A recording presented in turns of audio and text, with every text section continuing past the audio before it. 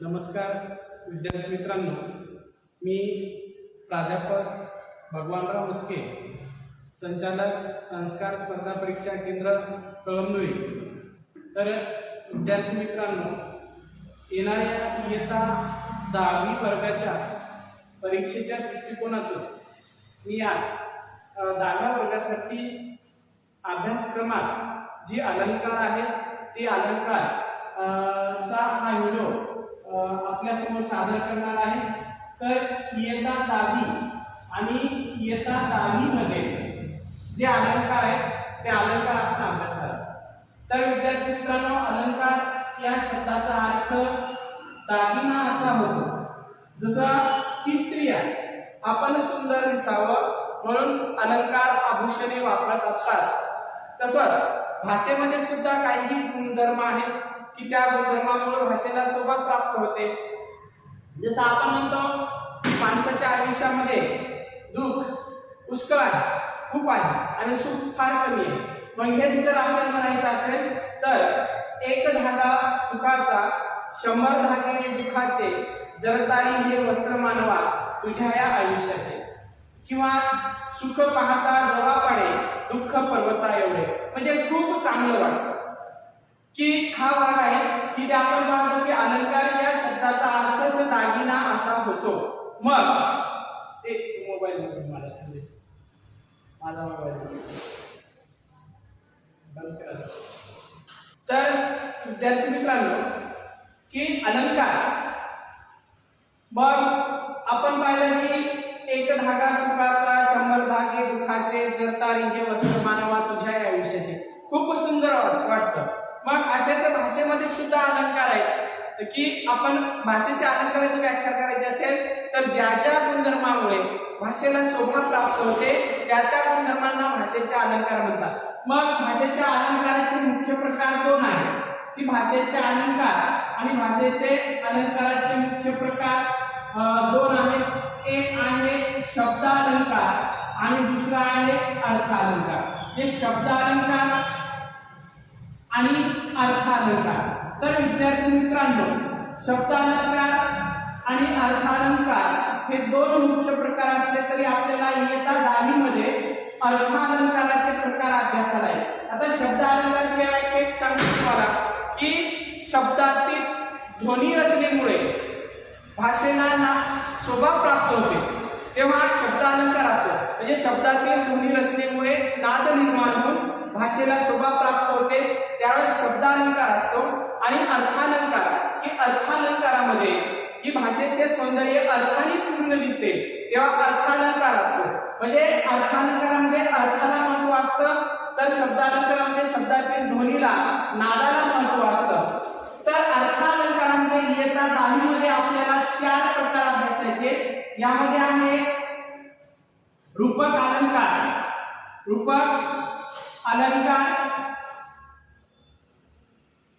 दृष्टांत अलंकार, व्यतिरेक अलंकार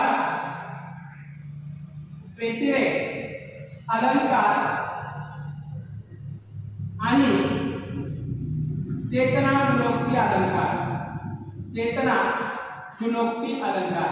हे 4 अलंकार आपल्याला इथे शिकायचे आहेत।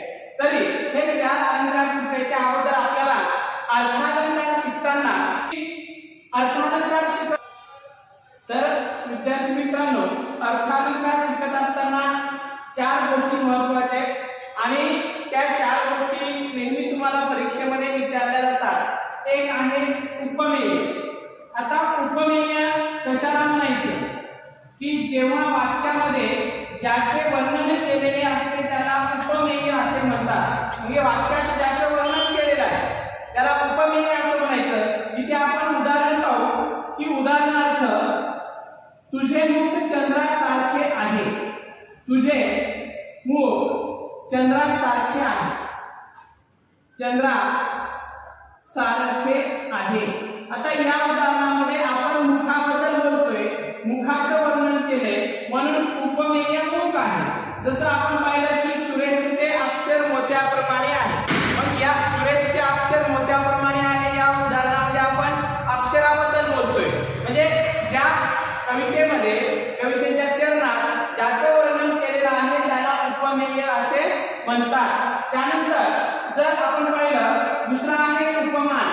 आता उपमान कशाला म्हणायचं की उपमेयाची तुलना ज्याच्यासोबत केली जाते त्याला उपमान असं म्हणतात. म्हणजे उपमेयाची तुलना ज्याच्यासोबत केली जाते त्याला उपमान म्हणतात. पण इथे आपण तुझे मुख चंद्रासारखे आहे या उदाहरणामध्ये मुखाची तुलना चंद्रासोबत केलेली आहे, मग चंद्र हा उपमान आहे. जसं सूर्याचे अक्षर मोत्याप्रमाणे आहे, म्हणजे अक्षराची तुलना आपण मोत्यासोबत केली म्हणून मोती हा उपमान आहे. आणि एक शिकतेवरच लक्षात राहू द्यायचे की आपण व्यवहारामध्ये किंवा भाषेमध्ये की नेहमी उपमान हे श्रेष्ठ असतं, उपमेयापेक्षा उपमान श्रेष्ठ असतं. मग इथे मुखाची तुलना चंद्रासोबत केली म्हणून चंद्र उपमान आहे. त्यानंतर आहे साधर्म्य. आता साधर्म्य किंवा समान गुणधर्म ही उपमेय आणि उपमान यांच्यामध्ये जो सारखेपणा असतो त्याला समान गुणधर्म म्हणतात किंवा साधर्म्य म्हणतात. जसं तुझे मुख चंद्रासारखे आहे, म्हणजे इथं मुख सुंदर आहे आणि चंद्रही सुंदर आहे, म्हणजे या दोघांमध्ये सुंदरता हा समान गुणधर्म आहे, म्हणजे त्याला आपण साधर्म्य किंवा समान गुणधर्म म्हणतो. आणि चौथी गोष्ट आहे ती आहे साम्यवाचक शब्द. ही उपमेय आणि उपमान यांच्यामध्ये समानता दर्शवण्यासाठी सारखेपणा दर्शवण्यासाठी जे शब्द येतात ते शब्द साम्यवाचक शब्द असतात. उदाहरणार्थ सारखे, प्रमाणे, सम, समान इत्यादी, म्हणजे यासारखे साम्यवाचक शब्द काव्यपंक्तीत आढळतात. तर विद्यार्थी मित्रांनो, इयत्ता 10वी साठी असलेला रूपक अलंकार. आता रूपक या शब्दाचा अर्थ एकरूप किंवा अभेद्य असा होतो की इथे उपमेय आणि उपमान हे भिन्न नसून एकरूप आहेत असं दर्शवलं जातं, तेव्हा तो रूपक अलंकार असतो. म्हणजे रूपक अलंकारामध्ये उपमेय आणि उपमान हे भिन्न नसून एकरूप आहेत असं इथं वर्णन केलं जातं. जसं पहा, लहान मूल म्हणजे मातीचा गोळा. लहान मूल म्हणजे मातीचा गोळा. लहान मूल म्हणजे मातीचा गोळा. आता इथे की लहान मूल म्हणजे मातीचा गोळा, की लहान मूल हा मातीचाच गोळा आहे. विद्यार्थ्यांनी लक्षात ठेवायचे की लहान मूल मातीच्या गोळ्यासारखं नाहीये, म्हणजे लहान मूल काय आहे, मातीचा गोळा आहे. त्यानंतर उदाहरण पाहू आपण, गर्द सभोवती रान साजनी. गर्द सभोवती रान साजनी, रान साजनी, तू तर चाफे कळी, तू तर चाफे कळी, तू तर चाफे कळी. गर्द सभोवती रान साजनी, तू तर चाफे कळी.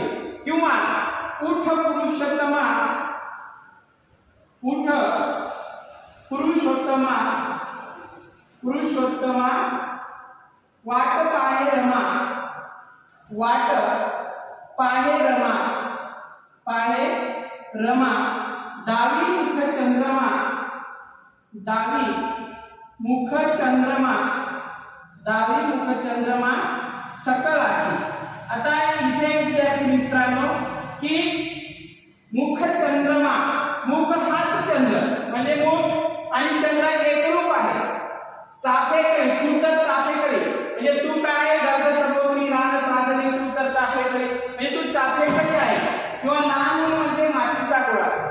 रूपक अलंकारामध्ये उपमेय आणि उपमान हे भिन्न नसून एकरूप आहेत असं इथे वर्णन असतं, तेव्हा रूपक अलंकार असतो.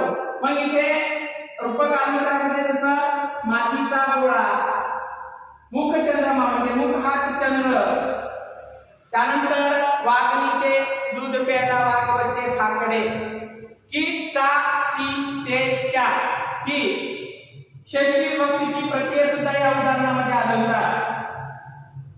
तर विद्यार्थी मित्रांनो, तुम्हाला अलंकारामध्ये उपमेय कोणतं आणि उपमान कोणतं असं विचारतात.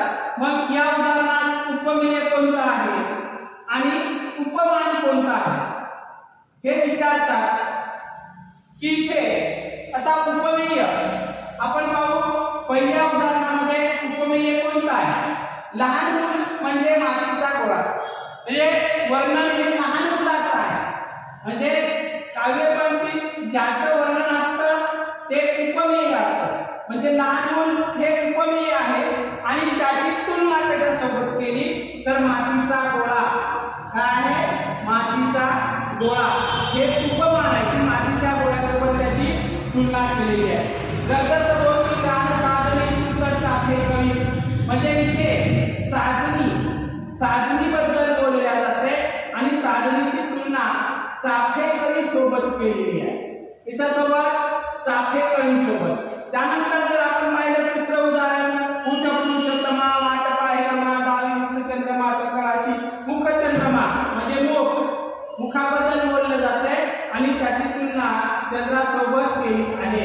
तर विद्यार्थी मित्रांनो, रूपक अलंकारामध्ये उपमेय आणि उपमान हे भिन्न नसून एकरूप आहेत असं इथं वर्णन असतं. आणि येत्या काळामध्ये तुम्हाला काय विचारतात की खालील काव्यपंक्तीतला उपमेय ओळखा, उपमान ओळखा.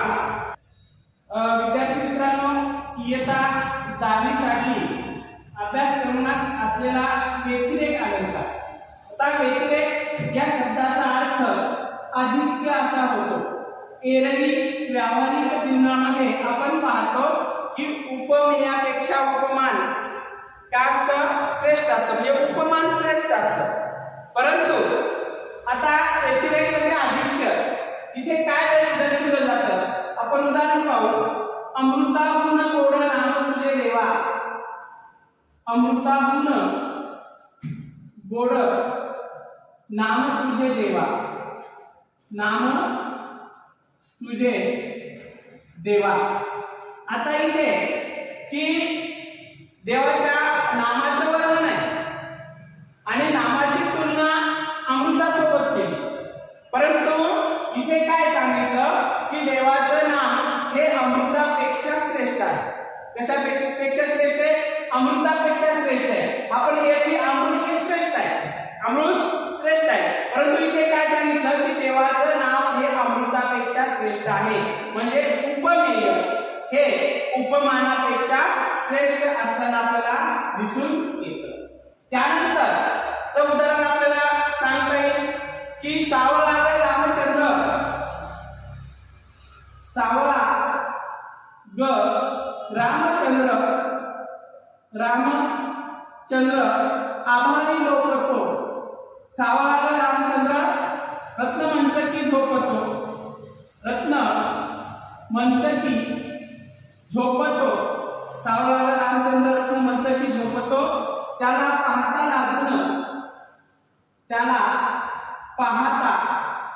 लाजून चंद्र आभारी लोटतो. त्याला पाहता लाजून चंद्र आभारी लोटतो. आता इथे विद्यार्थी मित्रांनो काय सांगितलेले की वर्णन रामचंद्राचे. सावळा रामचंद्र रत्नमंचकी झोपतो है ना, की रामचंद्राबद्दल बोलल्या जाते. परंतु त्याला पाहता लाजून चंद्र आभारी लोटतो. म्हणजे चंद्र ही हा रामचंद्र इतका सुंदर आहे की चंद्रापेक्षाही सुंदर आहे. म्हणजे रामचंद्रला पाहून चंद्र आभारात लोटलेला आहे. म्हणजे उपमेय हे उपमानापेक्षा श्रेष्ठ आहे असं इथे वर्णन असताना आपल्याला दिसून येतं. त्यानंतरचा उदाहरण आपण कामधेनूच्या दुग्धाहुनी. कामधेनूच्या दुग्धाहून ओज हिचे बलवाने. ओज हिचे बलवाने. तर कामधेनूच्या दुग्धाहून ओज हिचे बलवाने म्हणजे ओज हे कामधेनूच्या दुग्धापेक्षाही बलवान आहे असं इथं वर्णन केलेलं आहे. म्हणजे व्यतिरेक अलंकारामध्ये उपमेय हे उपमानापेक्षा श्रेष्ठ असतं असं इथं वर्णन आहे. मग इथे आपल्याला उपमेय आणि उपमान ओळखायचे किंवा उपमेय कोणता आहे, उपमान कोणता आहे. तर वरचं उदाहरण आहे की अमृताहून गोड नाम तुझे देवा. म्हणजे वरील देवाचे नाव की देवाचे नाम हे उपमेय आहे आणि त्याची तुलना अमृतासोबत केली म्हणजे अमृत हे उपमान आहे. सावळा रामचंद्र रत्न म्हणतात की झोपतो त्याला पाहता लाजून चंद्र आभारी लोटतो. म्हणजे इथं रामचंद्राचं वर्णन उदाहरण आहे, म्हणजे रामचंद्र हा उपमेय आहे आणि त्याची तुलना चंद्रासोबत केलेली आहे. यानंतर खालचे उदाहरण कामधेनूच्या दुग्धावरून ओझेचे बलवान, म्हणजे तिथे ओझ बद्दल बोलतोय आपण आणि त्याची तुलना कामधेनूच्या दुग्ध म्हणजे दुग्धासोबत केलेली आहे. तिथे काय दर्शवलेलं आहे की उपमेय हे उपमानापेक्षा श्रेष्ठ आहे असं इथं वर्णन असतं. तेव्हा व्यतिरेक अलंकार असतो आणि व्यतिरेक अलंकारामध्ये ऊन हे पंचमी विभक्तीचे प्रत्यय असताना आपल्याला दिसून येतात.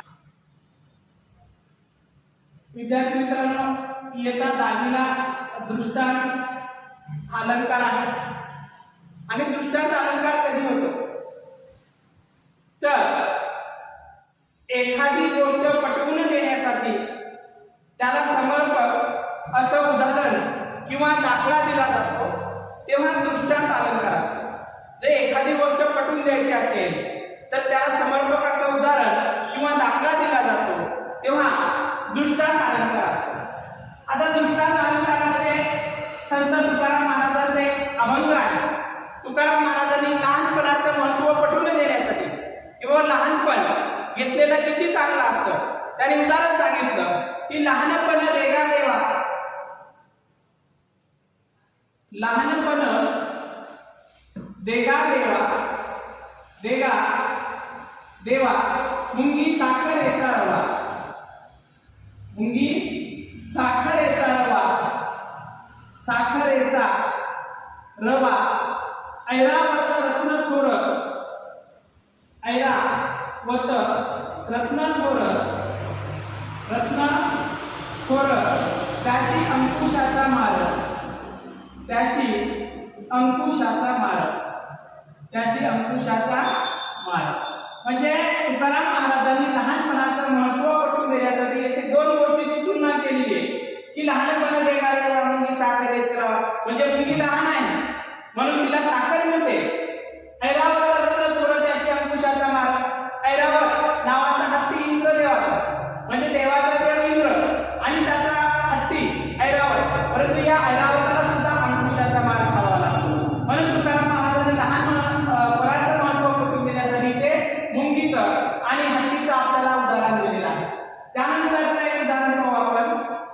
न कळता पद अग्नीवर पडे, न कळता पद अग्नीवर पडे, अग्नी वर पडे, न करी दाह, न करी दाह असे कधी न घडे, असे कधी न घडे. अजित नाम वधो भलत्या मिसे, अजित नाम वधो भलत्या मिसे, भलत्या मिसे सकल पातक भस्म करीत असे, सकल पातक भस्म करीत असे. आता इथे विद्यार्थी मित्रांनो संत तुकाराम महाराजांनी काय केलेलं आहे की न कळता पद अग्नीवरी पडे, न करी दाह असे कधी न घडे, अजित नाम वधो भलत्या मिसे सकल पातक भस्म करीत असे. म्हणजे देवाचं नाम आणि देवाच्या नामाचा महिमा पटवून देण्यासाठी त्यांनी आपल्याला इथं उदाहरण दिलं की अग्नीचं, की बाबा अग्नीवर जर माणसाचा पाय पडला तर तो पोळल्याशिवाय राहणार नाही. तसंच देवाचं नाम घ्या की देवाचं नाम घेतल्याशिवाय तुमचं पातक म्हणजे पाप भस्म झाल्याशिवाय राहणार नाही. मग इथे तुम्हाला काय विचारतात की कोणत्या गोष्टीची तुलना केलेली आहे, म्हणजे तुलनादर्शक शब्द विचारतात की कोणत्या शब्दाची तुलना केलेली आहे. तर आपल्याला सांगता आली पाहिजे. वरचं उदाहरण आहे की मुंगीची तुलना हत्ती सोबत केलेली आहे. काय केली? मुंगीची तुलना हत्ती सोबत केली. आता दुसरं उदाहरण पहा. न कळता पद अग्नीवरी पडे, न करी दाह असे कधी न घडे, अजित नाम वधो भलत्या मिसे सकल पातक भस्म करीत असे. म्हणजे इथे देवाचं नाम आणि देवाच्या नामाची तुलना आणि अग्नी या दोन्ही गोष्टींची तुलना केलेली आहे, चर्चा झालेली आहे. म्हणजे आपल्याला दृष्टांत अलंकारामध्ये एखादी गोष्ट पटवून देण्यासाठी त्याला समर्पक असं उदाहरण किंवा दाखला दिलेला असतो तेव्हा दृष्टांत अलंकार असतो. तर चौथा अलंकार आहे चेतना गुणोक्ती अलंकार. आता चेतना गुणोक्ती अलंकार कधी होतो? तर विद्यार्थी मित्रांनो लक्षात राहू द्या की जेव्हा निसर्गातील निर्जीव वस्तू माणसासारखं वर्तन करतात, माणसासारखी कृती करतात, तेव्हा चेतना गुणोक्ती अलंकार असतो.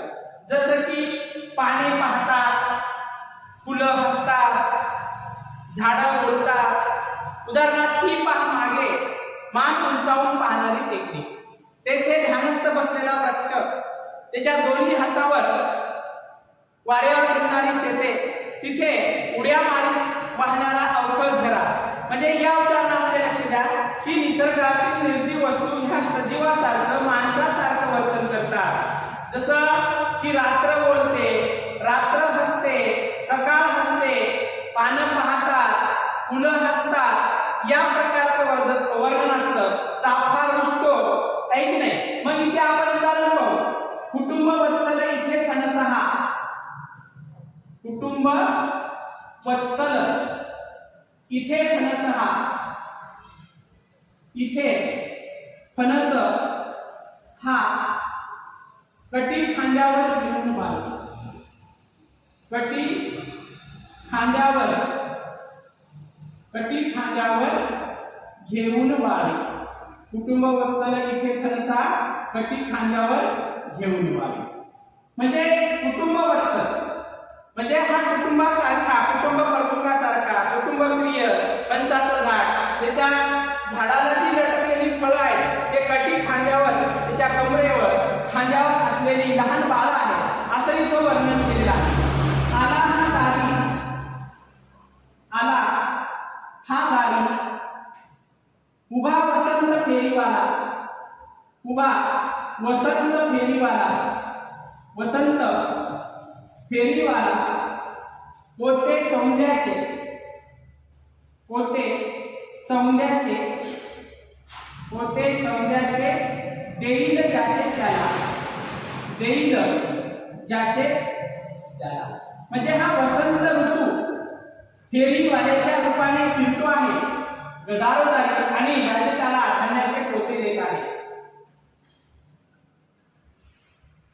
डोके घरे अलगद डोकी उचलती, घरे अलगद डोकी उचलती, डोकी उचलती कारो खाच्या उशीवरून, कारो खाच्या उशीवरून.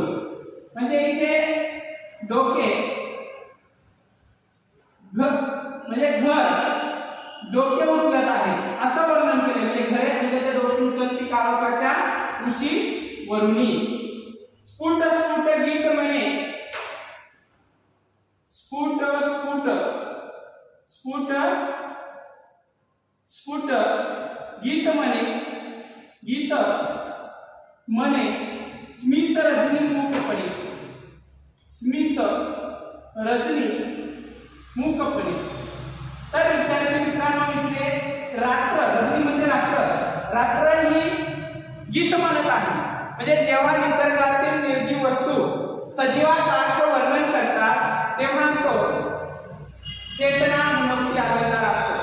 तर या व्हिडिओमध्ये विद्यार्थी मित्रांनो आपण येता 10वीच्या परीक्षेच्या दृष्टिकोनातून अलंकाराविषयी माहिती पाहिली. मग यामध्ये आपण उपमेय कसं ओळखायचं, उपमान कसं ओळखायचं, चेतना गुणोक्ती अलंकार अभ्यासला, दृष्टांत अलंकार अभ्यासला, रूपक अलंकार अभ्यासला. म्हणजे हे जे तुमचे 4 प्रकार आहेत, हे 4 प्रकार इथं 10वीच्या इयत्ता 10वीच्या अभ्यासक्रमाच्या दृष्टिकोनातून महत्त्वाचे अलंकार आपण इथं अभ्यासलेले. तरी सर्व पालकांना, विद्यार्थ्यांना परीक्षेच्या दृष्टिकोनातून खूप खूप शुभेच्छा. आणि निश्चितच आपल्याला इयत्ता 10वीच्या परीक्षेसाठी याचा खूप फायदा होईल. तसेच इयत्ता 10वीच्या विद्यार्थ्यांना तर हे अलंकार आहेतच, स्पर्धा परीक्षेसाठी सुद्धा विद्यार्थ्यांना अलंकार आहेत. तरी आपणास हा व्हिडिओ आवडल्यास लगेच आमचा संस्कार स्पर्धा परीक्षा मार्गदर्शन केंद्र कळमनुरी हे चॅनल सबस्क्राईब करा आणि आमचं बेल आयकॉन बटन क्लिक करा. धन्यवाद.